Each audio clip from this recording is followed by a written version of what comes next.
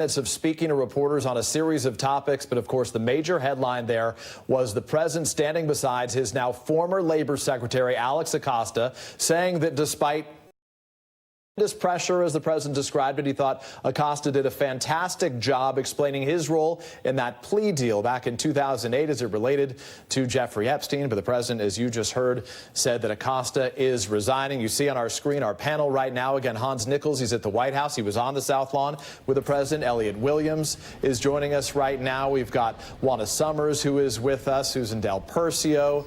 We've got a whole team. Kimberly Atkins is here with us as well. Hans, I want to start with you, if I can, very quickly. You were on the lawn right now. It was sort of remarkable to hear the president again defend Acosta in spite of the details and the fact checks that have come about the way Acosta has defined his role in that plea deal. He said he thought he had done a terrific job. Yeah, and yet he accepted his resignation. And that's really the story coming out of this, is that the president could have rejected that resignation offer from Acosta. Clearly, this was choreographed. What the president doesn't want to do is have anyone question his work on the labor market, on what he thinks is doing so well, and that is the economy, and that is the jobs market. But, Peter, just to give you a sense of the chaos out there, when the president walked out, I asked him right away, how do you think Acosta did? How do you think your labor secretary did? His first response, it wasn't clear that Acosta was going to resign. He started off praising him. He was speaking in the past tense, though, and that was an indication that something had happened. And then he turned it over to Acosta, where Acosta explained that he had offered his resignation letter. And then we had to clarify with the president just what is going on here. And the president said, yes, he's resigning, but he went out of his way to praise him.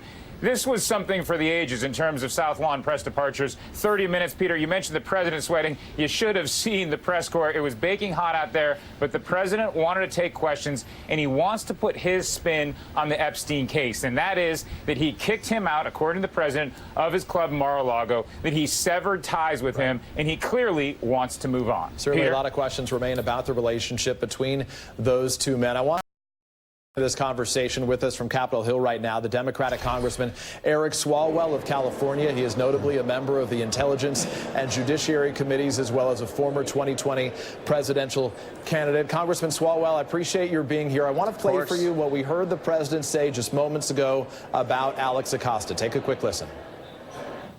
This is a person that I've gotten to know.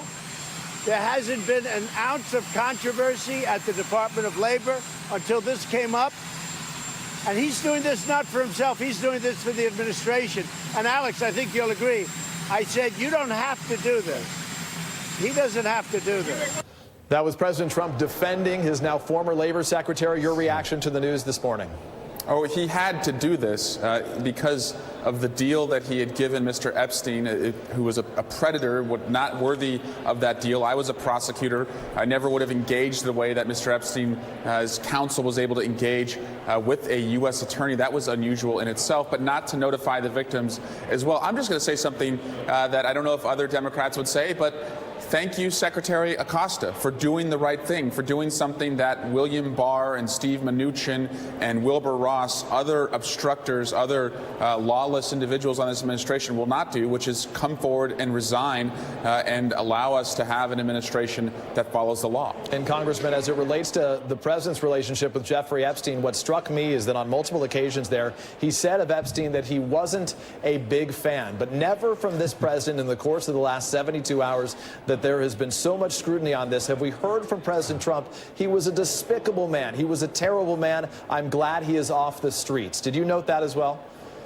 I did note that. The last public reporting of these two individuals is that the two of them were at a party with a bunch of young women. It sounds like it was a beauty contest, you know, bird feather. This is a president who has over 24 credible sexual assault allegations against him, and I think, you know, that speaks for itself. You obviously serve on the Judiciary Committee, among others. You are among those members who are scheduled to be hearing from the special counsel, now former special counsel Robert Mueller, next Wednesday. There has been some reporting from some members of those committees that there are conversations about potentially delaying that hearing. Do you know anything about that right now? Well, I just talked to our chairman, and all I can tell you is our chairman will do everything he can to make sure that special counsel comes before Congress, that we hear from him. He lays out the accounts of the Trump campaign and the Russian interactions and the efforts to cover it up. But, there are not firm details right now on anything more than that I can say. We haven't had a chance to see you since you decided to withdraw your name from the race for president on the Democratic side. Which Democrat do you think would be the best candidate to defeat Donald Trump?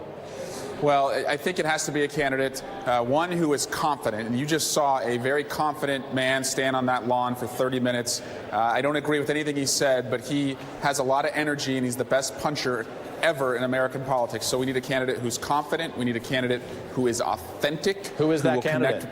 Well, and we need a candidate also who I think is a next generation candidate. So authentic, confident, next generation. There's a bunch of them. I'm not going to name names, but we do have them in the mix here. And I'm excited now to just watch, as a congressman who will work with this next president, and as a father of 2 kids whose future will be determined by who we pick. No doubt, Congressman. We appreciate your time. Eric Swalwell, thanks for sharing your views with us right here. Again, to our panel who joins us, Susan Del Percio, you were watching with me as we heard from the president a short time ago. He has frustrations with a lot of folks. Paul Ryan was among them. Joe Biden, he criticized as well. The only guy who wouldn't really criticize here was Jeffrey Epstein. Yeah, and I'm so happy, Peter, you asked that question to the congressman. How is it that Donald Trump has not called out Epstein?